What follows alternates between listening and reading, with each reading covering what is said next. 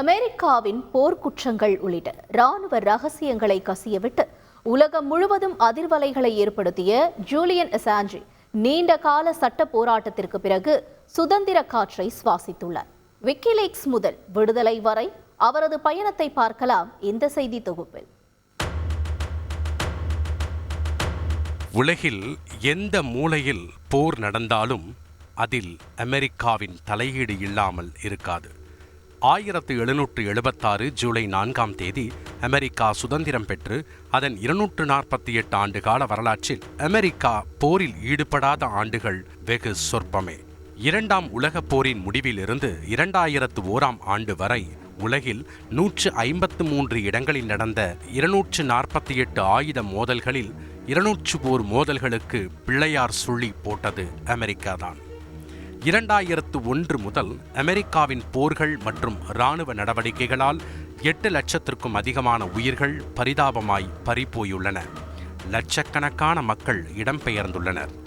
சமீபத்தில் நடந்து வரும் யுக்ரைன் ரஷ்யா போரில் யுக்ரைனுக்கும் இஸ்ரேல் பாலஸ்தீன போரில் இஸ்ரேலுக்கும் ஆதரவளித்து வருவது வரை போர்களில் அமெரிக்காவின் தலையீட்டை நன்கு அறிந்து கொள்ள முடியும்.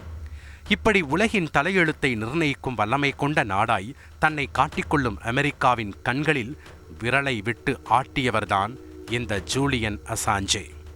2006இல் துவங்கப்பட்ட விக்கிலீக்ஸின் நிறுவனரும் தலைமை நிர்வாக அதிகாரியும் தான் இந்த ஆஸ்திரேலியாவைச் சேர்ந்த அசாஞ்சே.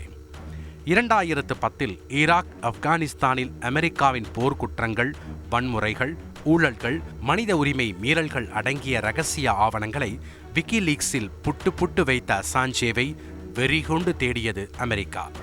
உலகம் முழுவதும் அசாஞ்சேவுக்கு ஆதரவு பெருகியது. அமெரிக்க இராணுவத்தை உளவு பார்த்தது, இராணுவ இரகசியங்களை திருடியது என அடுக்கடுக்கான குற்றங்களை அசாஞ்சே மீது சுமத்திய அமெரிக்கா அவரை போர் குற்றவாளியாக அறிவித்தது. அமெரிக்கா வருவதற்குள் பிரிட்டனின் ஈக்வடார் தூதரகத்தில் தஞ்சம் புகுந்தார் அசாஞ்சே. 2019இல் ஈக்வடாரும் அவருக்கு அளித்த அடைக்கலத்தை திரும்ப பெற்றது. தொடர்ந்து பிரிட்டன் போலீசாரால் கைதான ஜூலியன் அசாஞ்சே லண்டன் சிறையில் அடைக்கப்பட்டார். தங்களிடம் ஒப்படைக்க கோரிய அமெரிக்க அரசின் கோரிக்கைக்கு பிரிட்டன் செவிசாய்த்த நிலையில் தனக்கு மரண தண்டனை விதிக்கப்படாது என்பதை அமெரிக்கா உறுதி செய்ய வேண்டுமென தொடர்ந்து அசாஞ்சே தரப்பு வலியுறுத்தி வந்தது. இந்நிலையில் அவருக்கு மரண தண்டனை வழங்கக்கூடாது என்றும் குறைந்தபட்ச சிறை தண்டனையை வழங்க வேண்டும் என்றும் அமெரிக்காவிடம் உத்தரவாதத்தை பெற முனைந்தது பிரிட்டன் நீதிமன்றம். தன்னை விடுதலை செய்வதாக அமெரிக்கா ஒப்புக்கொண்டால் அமெரிக்காவின் இராணுவ இரகசியங்களை திருடியது, உளவு பார்த்தது உள்ளிட்ட குற்றங்களை தானும் ஒப்புக்கொள்வதாக தெரிவித்தார் அசாஞ்சே.